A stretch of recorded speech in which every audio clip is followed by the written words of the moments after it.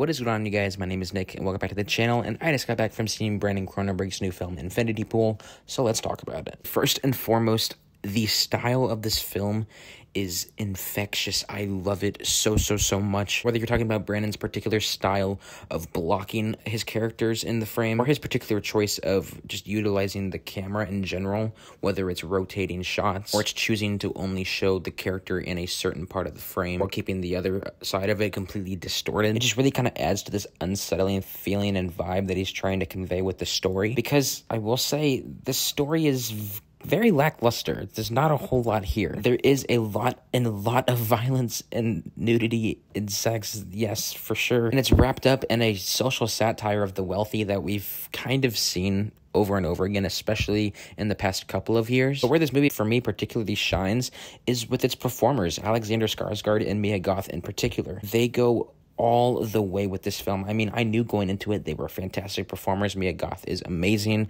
If you haven't seen Pearl, that is a great example of her talent.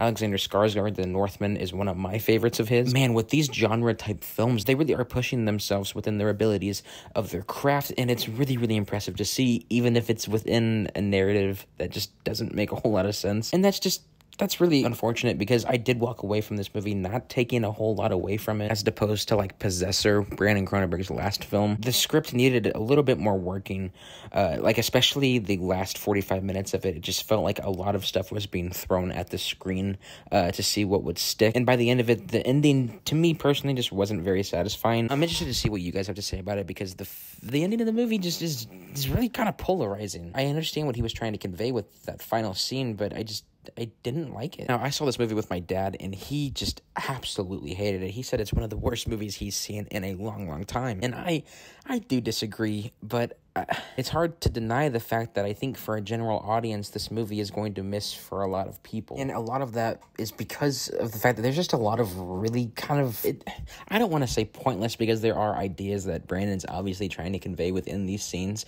but there are moments of extremely long flashing sequences, and I never jive with that, especially when it's unnecessarily long. Like, there are probably 2 to 3 solid 5-minute sequences where just things are happening in the foreground of a bunch of flashes, and it's kind of mind-numbing. It kind of gives you a headache after a while.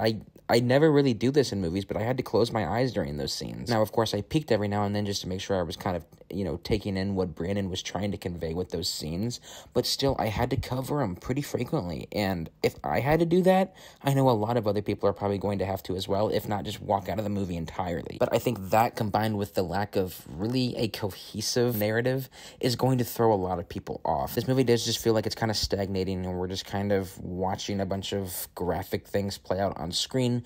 But I do think that there is a little bit more going on here than a lot of people are giving it credit, because like I said, I do think this is a satire and a critique on the wealthy particularly, and it is saying a lot of things that we have already seen, but it is trying to say something at least. And I think especially with Alexander Skarsgård and his character being a writer that particularly has writer's block, and the fact that he's coming to this place where such an excessive, overwhelming experience is about to happen, I think there is something to say there with that.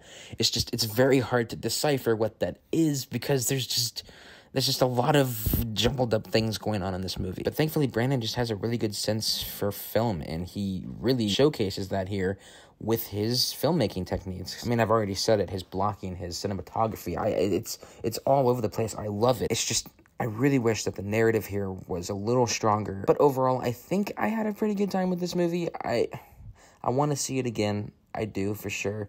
But I just don't know if that's going to be anytime soon. It's very polarizing. But I'm going to give Infinity Pool a 3 out of 5. I can't really go any higher with it, just because there isn't that much substance really to be had here. Maybe the movie registered for you guys completely different. Maybe you guys think I'm just completely crazy and talking out of my ass, and you guys connected with it on a deeper level than I'll ever understand. And if that's the case, feel free to leave those thoughts in the comment section below. I'd love to hear them.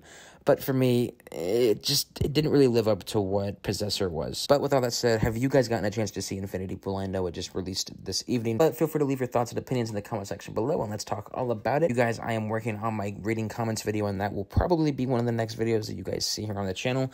But until then, please stay safe, take it easy, and I'll see you guys in the next one. Peace.